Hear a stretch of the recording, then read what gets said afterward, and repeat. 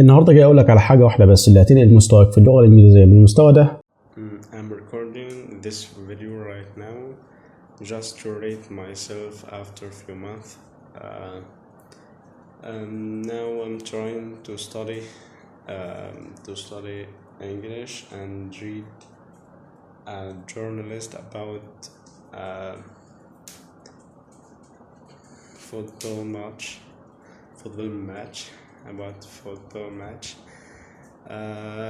And this is me speaking to you right now, and in this video I'm going to share with you one piece of advice, the one that made a real difference in my English level. أنا الحقيقة كنت منتظر وقت مناسب عشان أبدأ أتكلم بيه في اللغة الإنجليزية. كنت منتظر إن أنا أوصل لمستوى معين عشان أبدأ أتكلم مع الناس. فالنهاردة هقول لك على حاجة واحدة بس هي اللي نقلت فعلا وعملت فرق في مستوايا من المستويين اللي أنت سمعتهم دول. وكمان انا مش مكتفي بس بموضوع ان انا اتكلم مع الناس وان انا اشارك خبراتي، انا كمان بعلم اصحابي ازاي يتكلموا انجليزي بشكل احسن، وكمان بحاول اساعدهم ان هم يوصلوا للي انا وصلت له ان شاء الله.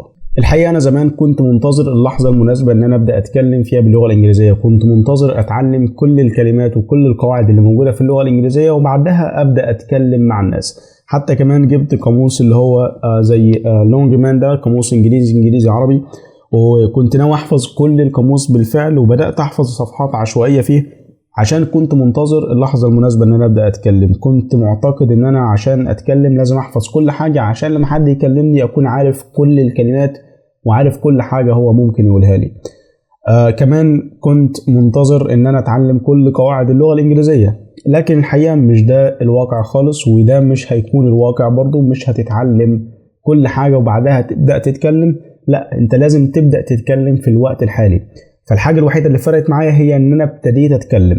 الموضوع ابتدى خالص في بداية كورونا. انا وقتها كنت يعني ناوي ان انا فعلا اتعلم اللغة الانجليزية، وقضيت تقريبا معظم فترة كورونا على الويب سايت فري فور توك. يعني وقتها انا كنت ناوي وكنت داخل بغرض اتكلم مع الناس باللغه الانجليزيه، بحيث ان انا اطور اللغه الانجليزيه عندي وبحيث ان انا اطور الكلام عندي. كنت في الاول طبعا ما بعرفش اتكلم، ما بعرفش اقول اي حاجه، مش بعرف اقول محادثه خالص. يعني هو اللي كنت بعرفه هاي ماي نيم از سعد وخلاص، ما كنتش اعرف اي حاجه تانية. حتى لما حد كان يسالني مثلا وات دو يو دو، ما كنتش اعرف الفرق ما بين وات دو يو دو وات ار يو دوينج، ما كنتش اعرف الفرق ما بين الاثنين. حتى كلمه هاو ار يو دوينج ما كنتش عارف يعني افرق، ولا كنت عارف اجاوب عليها ازاي. انا كنت ممكن عارف المعنى في دماغي لاني سمعته قبل كده، لكن ما كنتش بعرف ارد عليه بشكل طبيعي. كنت دايما كده اللي هو محتاج اقعد افكر كتير عشان اعرف ارد اصلا، ده لو عرفت يعني. فكان عندي اخطاء في كل حاجة تقريبا. فالفكرة كلها اللي انا عاوز اقولها لك دلوقتي ان انت تبتدي.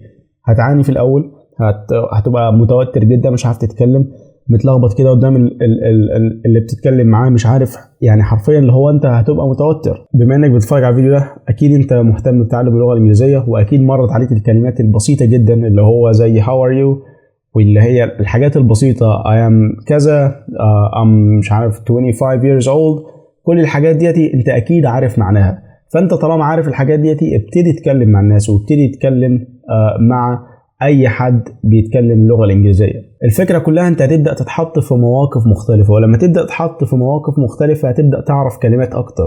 لو نفترض النهارده حد سالك سؤال عن هواياتك المفضله، حد سالك سؤال عن البلد بتاعتك، فانت هتروح لو انت مش عارف هتبحث بعدها ازاي تتكلم عن كذا باللغه الانجليزيه، وهتلاقي فيديوهات كتير لناس شارحه حاجه زي كده ازاي تتكلم عن كذا، او حتى انت ممكن تكتب الاجابه على تشات جي بي تي وتعرف ترجمتها. المهم انك هتلاقي طريقه انك تتعلم بيها اكتر وتطور بيها مهاره انك تحفظ كلمات اكتر، يكون عندك كلمات اكتر، وتطور بيها مهاره ان انت ترد بسرعه على الناس. فالفرق ما بين المستويين اللي انت سمعتهم في اول فيديو ما كانش في يوم وليله، يعني الموضوع اخذ مني وقت، كانت في مراحل كتير جدا، في فرق كتير جدا، في فيديوهات مصوره كتير جدا ما بين كل فتره والتانيه عشان انا كنت اعرف تقدمي بيحصل ازاي يعني.